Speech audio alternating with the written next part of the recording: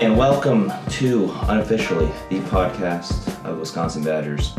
Badgers lose to Michigan State, 34-28, double overtime. We're doing this immediately after the game, so emotions still raw. Jordan, give me your initial thoughts. Yeah, like you mentioned, Evan, emotions are still raw. I think, the big takeaway I have is, obviously disappointed. We both, I think all three of us predicted a win this week. That said, I did like the fight in the team. There was a few times where our back was to the wall and we made a big play. It was just one too many times where we didn't, but...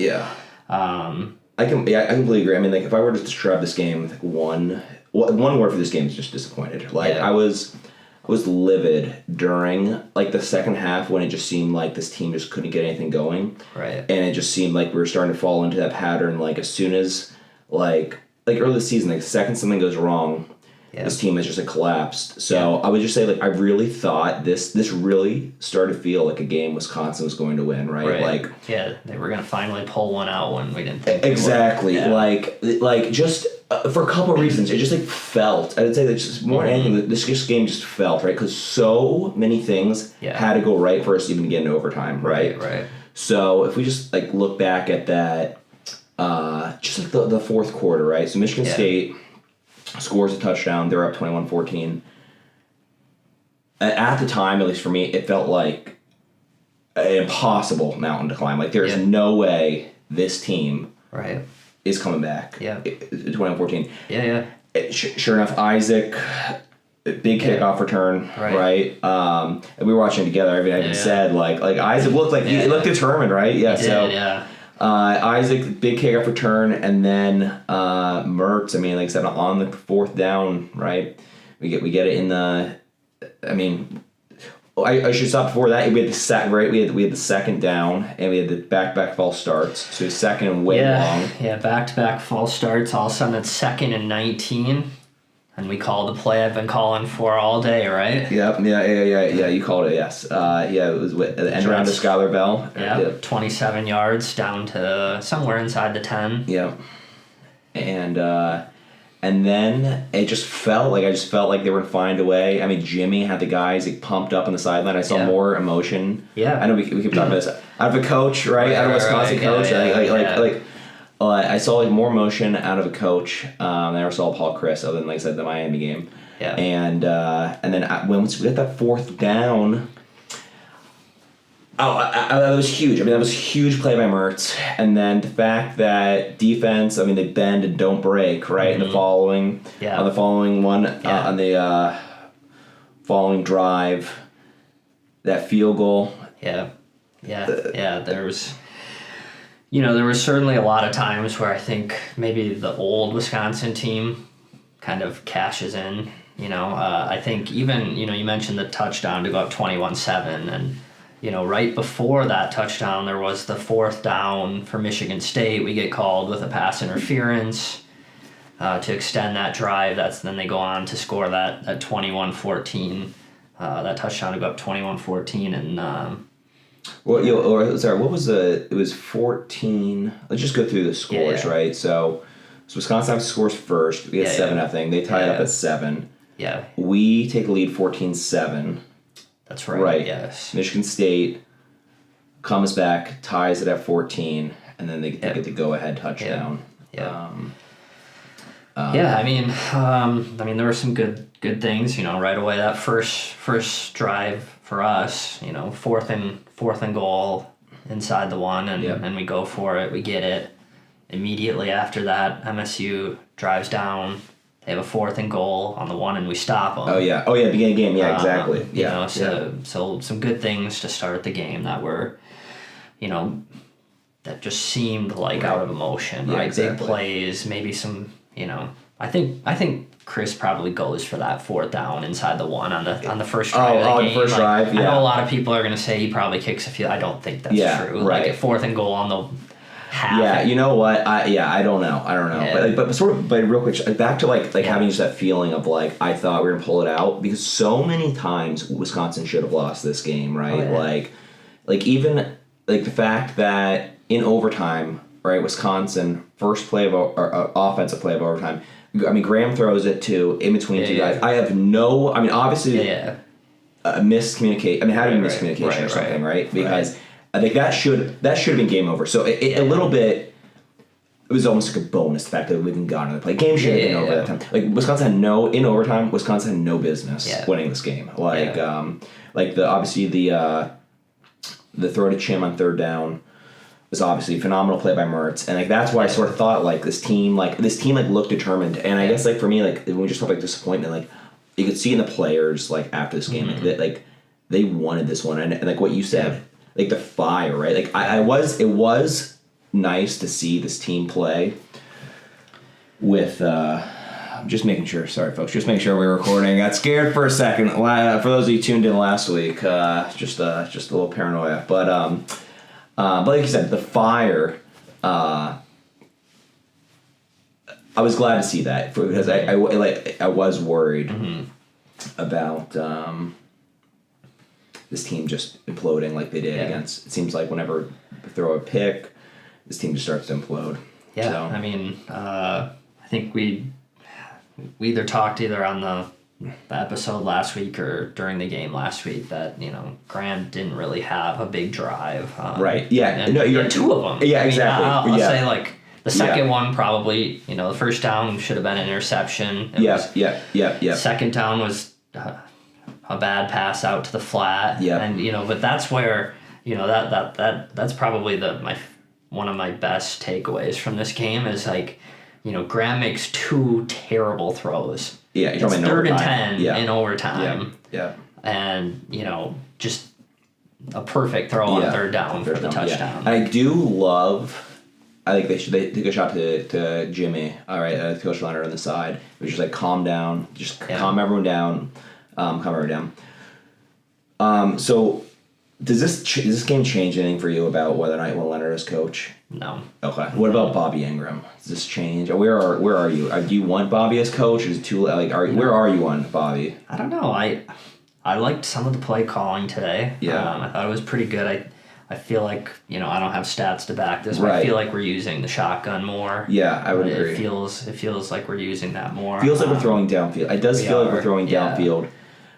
Graham, I think the biggest issue today, he got blown up, right? But there were so many misassignments on the line. The line play still isn't right. where it needs to be. It's not where Wisconsin expects it to be, and that certainly, we don't see the holes. I mean, Braylon still had 123 yards rushing, I believe, on 29 attempts, but I don't remember any, gaping holes where, he just ran for 10, 11 yards. Right. Yeah, I mean, the running game, yeah, what did Braylon end up? 29 for 123 and 2 touchdowns. Okay, I mean, so 29 for 123, I mean, if you expect, 29 carries is a ton. It is, yeah. And, so it's just, we're not breaking the big ones this year. Right. In the running game, yeah. Right. In the running game, do we have... Did we have one? I guess we had a couple good chunks, but okay. So Bobby Ingram, you're still too early to tell. Yeah, okay, I'm not sure. I think he's from what we understand. That's only the second game he's really been allowed to do what he wants. How did today's game change your view of the team compared to last week? Obviously, we both expected Wisconsin to win this game. I guess just how has your view of the team changed this week compared to last week? Yeah, I think I'm disappointed in the secondary today. Right. The defensive tackling in the secondary was bad. Completely agree. The coverage wasn't great. We had a couple critical penalties. In the end, I know we have some guys out in the secondary. Overall, the long-term projection here, this week doesn't change much for me. Yeah, it really doesn't. I would agree. So the biggest takeaway from this week is this loss effectively closes the door in the West. Oh, right? Yeah. So Wisconsin was very, very, very much alive in the hunt for the West before this game. And seems odd that, well, not odd, but it sort of sucks that, a team to the East knocks us out, a team to the West. Same with last year. I mean, Wisconsin needs to get, these crossover games. Yeah. I hate the East versus West. Like, the West is always garbage, and everyone thinks the East is so great. But Wisconsin, they need to start winning these East games. And this, today does not help that narrative whatsoever. So we're 0-2 against the East this year with Maryland left. I believe, yeah, exactly. Right. So, not the best, not the easiest draw, right? You've got, Ohio State, Michigan State, Maryland, for Rutgers, Indiana. Yeah, Maryland. At the beginning of this year, I picked us to lose both of those games, Ohio State and Michigan State. Yeah, I think a lot of people did. Michigan State was not the Michigan State people thought about. No.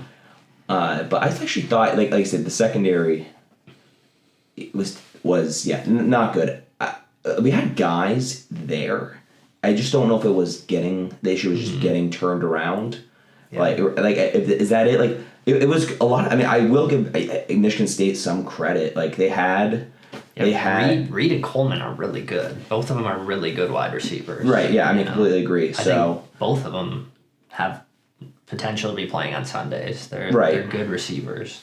Yeah. So they're good receivers. Our secondary is obviously not as experienced as some of the guys from previous years, right? Yeah. And we're missing Wooler.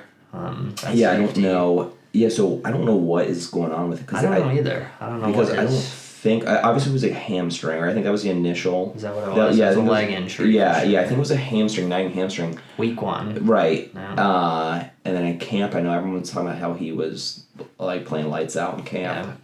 So I don't know. That's looking to be a pretty significant injury because the secondary. Yeah.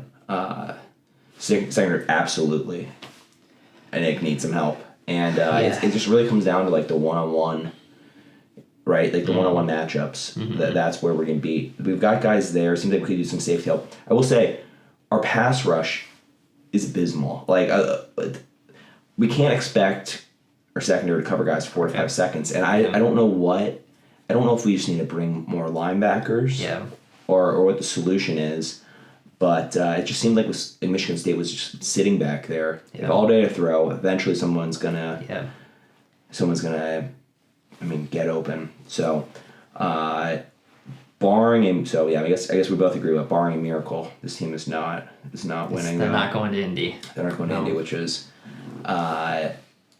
before the season. I was so confident in that before the season, but and then got a little bit of the dream last week, thinking Jimmy might step in and lead us there. And I will say I feel for Jimmy, and this one I really do feel for Jimmy because you could tell. He was coaching. He was coaching his ass off. I love Coach Leonard. I'm hoping I think he is the right fit for head coach. I don't know. It'll be interesting to see. I don't know how many folks are gonna after this game say Jimmy's not it. The whole Lance Leopold's talk, though. Kansas, they dropped 2 in a row. I understand they're playing to Kansas, but I don't think... I just don't think Lance Leopold is the answer. I'd much rather have Leonard, who's been in the program. And honestly, right after the Illinois game, we lost. I thought there's no way Bobby Ingram's coming back as OC. But I'm actually okay with Bobby sticking around. I think there's actually a decent chance he comes back. The offense has, seemed to have improved a little bit. At least the play calling does seem to be a little bit more exciting under now that Paul's not there, right? I will say if Paul, I truly believe this. If Paul was coaching this team, this team is not. You're not getting. This team's not going. Game's not going to overtime. I don't think the team is rallying like this. No. And yeah. So I guess do you have any Final thought. I know there's some other topics we want to get to. Do you have any final thoughts on this game that you want to, or we always come back to it? Like just I know this loss is disappointing, but when we talk about does this change the picture for Jimmy, I mean, when I look at it, like the turnovers killed us, right? We had the turnover that led to the first. Yeah, I mean you're absolutely right. That's absolutely right. Yes. And we've already hit on the fact that the line isn't up to Wisconsin standards. Like, I'd like to see Bobby with a good line for once. Like I'd like to see. I 100% agree. That's why I'm still on the fence with him. I completely agree. The turnovers killed us, and Braylon Allen, I feel for the guy because Braylon has been so sure. Braylon has protected the ball. It's like one thing. John Taylor, obviously one of the best running backs, if not the best running back in Wisconsin history, but Jonathan Taylor routinely would lose the ball, right? Fumble, right? That was his problem. How many fumbles did I feel like JT was always fumbling, and Braylon. He has been securing the football. He's been securing the football. This was his second lost fumble on the year. It's not.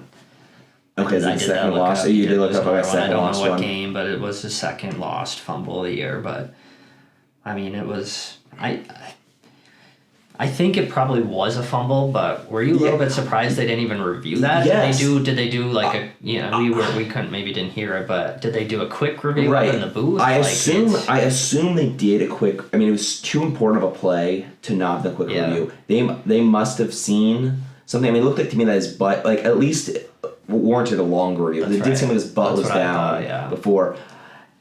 But like I said, based on it, I think it was close enough that to be considered okay. It was a fumble, which I mean just kills. I mean, obviously it just kills you in overtime, right? Overtime is such a brutal. It is. Like the college overtime. NFL overtime is also brutal, right? But overtime is obviously so brutal. I guess the biggest disappointment. Obviously disappointment. The fact that these guys played with so much fire. They have I can't think of the last time I saw Wisconsin in a close game not just completely implode. I mean, maybe, I guess the Purdue game a few years ago, right, where we sort of rallied and I can't remember if we came back and won that in overtime or not, but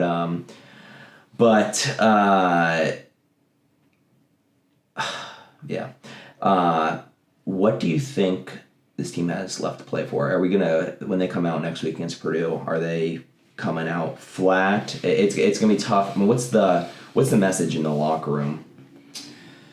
Well, I think it's a pretty young team, right? I think you always kind of look at, especially with a young team, what's the momentum going into the end of the season? I mean, I don't want to say end of the season. We're only halfway there, right? Or just over halfway now. Just over halfway, and I think there's a lot of youth on this team. We can build on that. Yeah.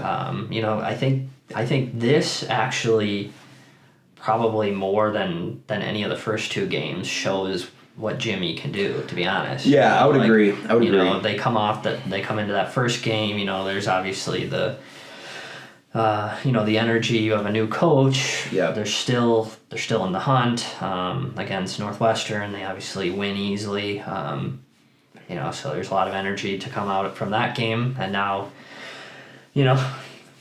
we obviously still had a little bit of hope for the West, maybe. Right, absolutely. Right, absolutely. I mean, that's gone now. So yeah, I would say it's 95% gone. Illinois. You need Illinois to lose 3 times. Right, so we need Illinois to lose 3 times. Illinois is going to lose to Michigan. Right. So do we have Illinois' schedule? I know they have Michigan? Purdue and Iowa left for sure. No, they beat they beat Iowa. They beat Iowa 9-6 or whatever, right? Right. So I think they've got Purdue left, which Purdue could beat them. It seems like Illinois is actually an okay team this year. So I think they actually are. I mean, I hate to give credit to Brett, but he does seem to have those guys. Yeah, they have Michigan. Well. Oh, so Michigan's a loss. So right. Now they go into a bye week. They come out of that and play Nebraska. Okay. They're not. Nebraska. It is on the road, but off of bye week. Is it at Nebraska? It is at Nebraska. It's at Nebraska. Yeah. Did Nebraska play today? Did Nebraska play today? What was Nebraska's? Okay, so they have Nebraska off the bye week. I lost it here. Nebraska is losing right now at Purdue. Okay, what's the score? They are down 17-10 in the second quarter. Okay, interesting. Illinois is not losing. They're not losing three of these games. Michigan. It's weird to say that. Yeah, I know. Illinois is not losing three games, but they're at Nebraska. They're home. Okay, they're home against Michigan State. They're going to win that game. So Michigan State could beat Illinois, right? It's in Champaign? It's in Champaign, okay. Yeah. So I'll just read off their schedule here. They got at Nebraska, home against Michigan State, home against Purdue, at Michigan, at Northwestern. Okay. They're not losing three of those. They're not losing Northwestern. They could lose. They're not losing Northwestern. They definitely... There is 4 losable games. I mean, you could lose at Nebraska. You could lose to Michigan State at home. You could lose to Purdue at home. You could lose to... I mean, they're going to lose at Michigan. They're not going to lose at Northwestern. We saw that. They're not going to... Right. They're not going to lose Northwestern. So there's 4 losable games. Brett's a good coach. He's not losing 4 out of 3 out of the 4. I think the most to hope for is that they can just lose one game. It can sort of knock Illinois sort of off their... sort of just maybe cause some issues, like motivation issues, right? They can just maybe get into like a funk or something. If they lose a big game, emotionally draining. Sort of like what happened to Wisconsin today, right? So message in the locker room, I guess you just tell the team, I mean, Jimmy's telling them, like, hard fought, you got to win your one-on-ones. Probably, I mean, you got to love the way the team played to end the game. The third quarter, I mean, had there not been that fourth quarter drive where Graham, whatever, ends up scoring, I shouldn't say Graham led him down the field. Half of it was Isaac, that kickoff. But the final Wisconsin drive during regulation, if that drive is a 3-and-out or 4-and-out, I think I feel way differently about this team. I think that one really showed me, like we said, talked about last week, Graham being able to, he had his back against the wall and show that he can go out there and win the game. And it seems like he does. I mean, you cannot put this, it would be very difficult to put this loss on Graham. And I hate to put this from Braylon, right? But you obviously got to protect football.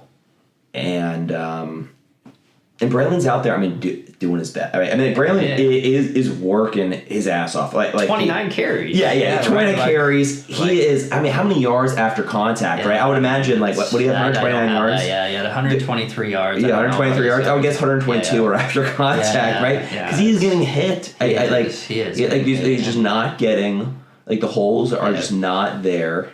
And he's just, he's just getting every yard he possibly can. But I will give Bobby some credit. There was some creative play calling, like you said, the end around. That was huge. That was obviously a huge play on whatever 2nd and 19. Wisconsin's generally dead in the water. It's shocked that Wisconsin has a 2nd and 19 play, right? Yeah. But getting back to the points where this team could have quit. I still can't get over Michigan State throwing the reverse. In overtime. Wide receiver reverse touchdown on the first play of the first overtime. I agree. That's a sucker punch right there. That's coming out. It is. And overtime, it is the teams have those plays. Yeah. They do have those plays, and we obviously got beat on it. I really thought that when they were running backwards, I thought there might be because had we made that tackle, I think Wisconsin probably right. How they get sacked there? There's a good chance Wisconsin ends up coming away with coming away with the game. But that was. You can't let that happen, right? You got the trick. The trick play. Obviously, our guys bit. I think Shaw came in late, right? I think I don't remember if it was Shaw that tried to come in late on defense. Okay. But obviously a devastating game. Like I said, just the fact we fought back, obviously devastating. Yeah. But this is somewhat therapeutic. I don't know if you. I mean. My mind still, and this is a complete tangent, but most disappointing game ever was obviously the Russell Wilson losing to East Lansing, almost in similar fashion because Russell sort of led the team back to tie, and Michigan State throws the Hail Mary to win it. And this sort of has a little bit of the same feeling. Granted, that point we were legitimately battling for a national championship in this game. Obviously, national championship is well, not near. Not likely. Yeah, not likely for this year. So, anyways, a couple other items. Deacon Hill transferring, Logan Brown transferring. Any thoughts on that? Obviously, I think Logan Brown was rumors that something about an elbow thrown at practice, something maybe like a cheap shot. Yeah. Do you have thoughts about transferring? How much do you think this? I mean, neither one of them was getting significant play. I guess Logan was getting a little bit. Deacon was obviously. Logan was a tight end essentially, right? He was the last game. That was basically what his role was down to. Yeah, exactly. I mean, obviously he came in with high expectations, and he didn't show it early, but I obviously still had hope he would grow into the player we thought he could. So that one's disappointing. I think at the time, I think he might have been the highest recruit Wisconsin ever. I think he might have been the highest rated Wisconsin recruit ever, who has now been passed by Nolan Rucci.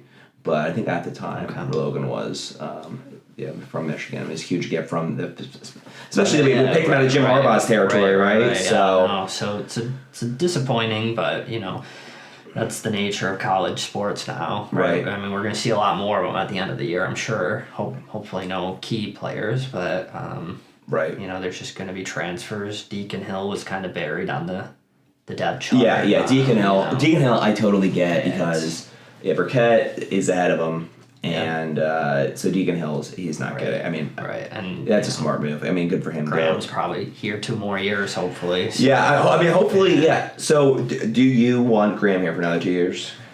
Because I think a lot of fans are sort of they're done with Graham. The sooner he's gone, the better. I would disagree. Even though Graham has moments where he makes sort of. What are you thinking? Where are you throwing? Like, we already spoke the moments today. I still think he has incredible potential. When he has a clean pocket, he can make throws. He's got all the confidence in the world, right? It appears, at least, I mean, it doesn't seem his confidence gets shaken, but it does, I mean, at least his body language generally is, I mean, even after Braylon football, I saw Graham go after Braylon, tell him to shake it off. Yeah. So where are you hoping Graham's here for another 2 years? Yeah, right now, I mean, he's the quarterback of this team, and I hope he, you do see those flashes that he has. Like, so can he put together a whole game, not individually each week, but like, can he round out his game? Can he eliminate the mistakes that he seems to make? You talk about the line. What would Graham Mertz do with one of the old Wisconsin lines? 2010, where we're running the ball down our opponent's throat, and he's got to make some play action passes that are wide open. I will say it does seem since Bobby came in, there is a little bit more play action than there was earlier in the year. It seems like earlier this year we would not ever run the play action. Yeah. So, all right. I mean, I don't see a better quarterback on the roster. No, I mean Burkett looks like he's got some potential, right? The little that we've seen of him, he does appear to see. You know what I mean? It has something. It's obviously way too early to tell. We've seen so little, but it could be great timing if Graham sticks around for 2 years after this. And then I guess Burkett could come in, right? I guess he's a freshman, so he would be so red shirts this year, obviously, right? So sophomore, junior, so he comes in as a redshirt junior, right? So I mean that could be, unless obviously depends on the coach. Wisconsin very well could go to the transfer portal. Right. That's what I was just going to ask. They flirted with, the portal this year with Caleb. Yes. Caleb, like, are we going to do that a second straight year? Like, so, I think we have to go to the transfer portal this year for quarterback, regardless of Graham, only for like a young guy, because we can't have just Burkett and Graham on this, right? We obviously need another quarterback just on this roster. Right. Deacon Hill gone. Chase Wolf is out. I don't think anything. I don't know. I don't even know. I think this is probably Chase's last year, right? Mm-hmm. Maybe he gets an injury redshirt this year. Right, but I don't know if Chase. Exactly. Want to Right. I mean, Chase Wolf is not going to.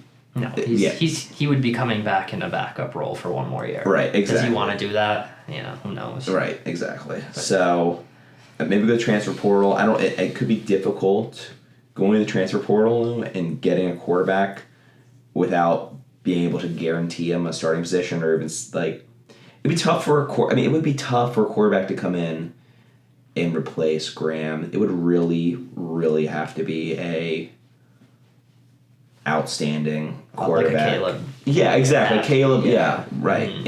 And because especially Graham's in the program now, knows the offense. I'm sort of hoping that Bobby sticks around, only because I think. Too much. I think if we go to another offensive coordinator, I just get worried. There's going to be so much rebuilding. And I think that Wisconsin can't get there with this play calling. Just a matter of getting the line going, right? Yeah. Get this line a little more experience. Get these guys a little bit just more snaps, more time playing together. Obviously, it's for... This is Bobby's first year as OC, right? Yep. So this could be a completely different team. Bobby's here for a couple of years, sticks around. Jimmy's here as head coach. I mean, this team could really make some moves, compete for a Big Ten title in the very near future. Yeah. Well, it'd be interesting to see when we hear about the 2023 schedule. Exactly. Obviously I heard there's going to be a meeting in the near future. Yes, I think it's supposed to. I think it's supposed to be an October meeting. Okay. I think it's supposed to be an October meeting. All right. I hope they stick with the divisions one more year. It doesn't seem to me to make any sense to change that up next year. Yeah. Before the expansion. So if it was up to me, we would do. This is what I think the Big Ten should do. Big Ten, once USC and UCLA join, we've got 16 teams. They need to have 4-team divisions and a 2-team Big Ten playoff. So how this would work is one would be Wisconsin, Minnesota, Iowa, and Northwestern. And the winner of that 14, and so you always play those 3 teams in your pod or your division, or whatever you want to call it. Your 14 pod, you play those every year, and then the winner of the pod plays in a 14 Big Ten playoff. Biggest drawback to that is you have to do 2. You have to have 2 weeks for a Big Ten championship, which is, especially with the 12-team playoff in the near future, I don't know where you're going to possibly get another week to do that. And they're just running out of weekends, and also if you play a team's making a deep run, how many games are they going to play? You have 16, 17 games, 18 games. I mean, it's going to be you can't. It'd be tough to. I think a bit of a tough sell. But my biggest concern is that you're going to go years if they keep the divisions. Let's say they go 16, they keep the divisions. You have 2 crossover games, right? So you potentially will go 8 years, right? If you do a home and home, right? Without playing some teams. Yeah, if they keep it at 9 games. Right. Yeah. Exactly. Right. They keep. Yeah. So either I had heard that they were maybe going to even go to 8. Oh, really? Did they? I thought that's what I had heard, but maybe I'm wrong. Yeah. Because it was 8, they went to 9. That would be really weird if they went to 8. Then if you have division, they have one crossover game in a home and home. Right. That's like silly. Right. Like, but you can't do a no divisions, right? A 16-team right. Man. I agree. Yes. Well, here's if they eliminate the divisions, so much of who's in the Big Ten championship is just what is your schedule, right? If Iowa one year doesn't play Ohio State or USC or Michigan or Penn State, right? If they just play, someone's gonna have a schedule with Rutgers and Indiana and Nebraska, and they may only have, or maybe they'll have like one of the sort of Ohio States of the world, and they could easily make Big Ten championship just by luck of the draw, like based on their schedule. Right. Yeah, it'll be interesting. Like I said, I don't think you can do a 16-team round. Right. Well, you can't go round robin. You can't have 15. Right. You can't have 15. Well, you can't do fit. Yeah, and you can't like have 15. You can't. I mean, I wish that'd be awesome. But you can't. I just don't think you can do, like, the unbalanced schedules are going to be so unfair, and that's. I completely agree. Unbalanced schedules, like I think it's a real issue, because what you don't want to have is if you leave with two divisions, it's basically just going to be two different conferences essentially, it really right? Is. Yeah. Yeah, it's just going to be two separate conferences, and I want to play Michigan every year. I want to play Ohio State every year. I want to play Penn State every year. I want to play Michigan State every year. So even like right now, I don't think there's enough crossover, and I'm excited about UCLA and USC joining. I think it's great for the Big Ten, only because there will be bigger matchups.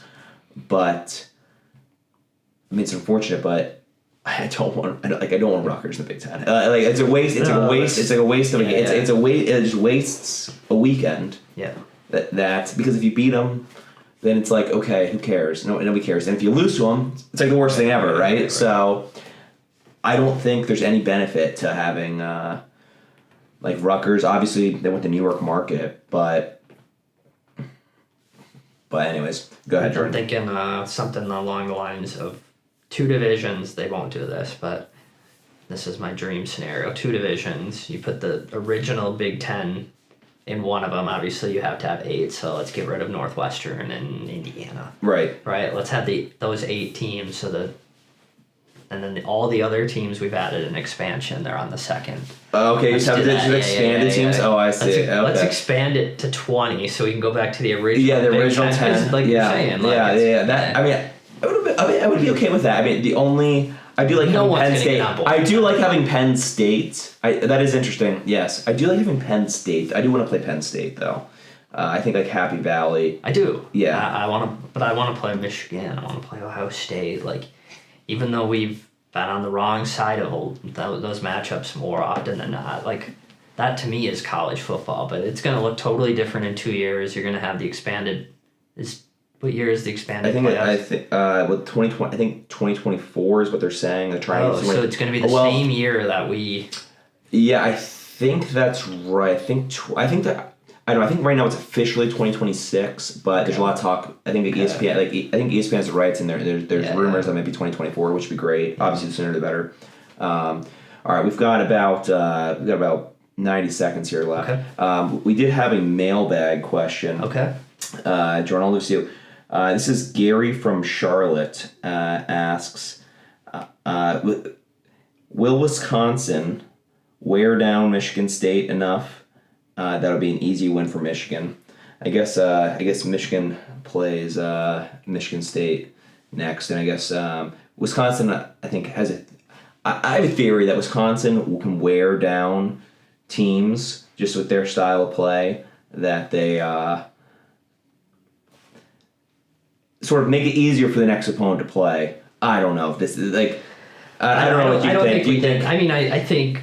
The double overtime was pretty grinding. But we didn't. I mean, we led time of possession 32-27 or 33-27, I guess, rounded. But like, that's not the grinding games that we used to have, right? We used to win these, 37-23, 38-22, where we just remember some of those fourth quarter drives where we just take off 8 minutes, right? We just pound it down their throats, and we take it down the whole field. We didn't do that to Michigan State today. Right. They're going to be tired from the double overtime, but no, I don't think so. Okay. All right. Well, that's all, folks. Real quick, Jordan, your prediction next week. Give me a score prediction.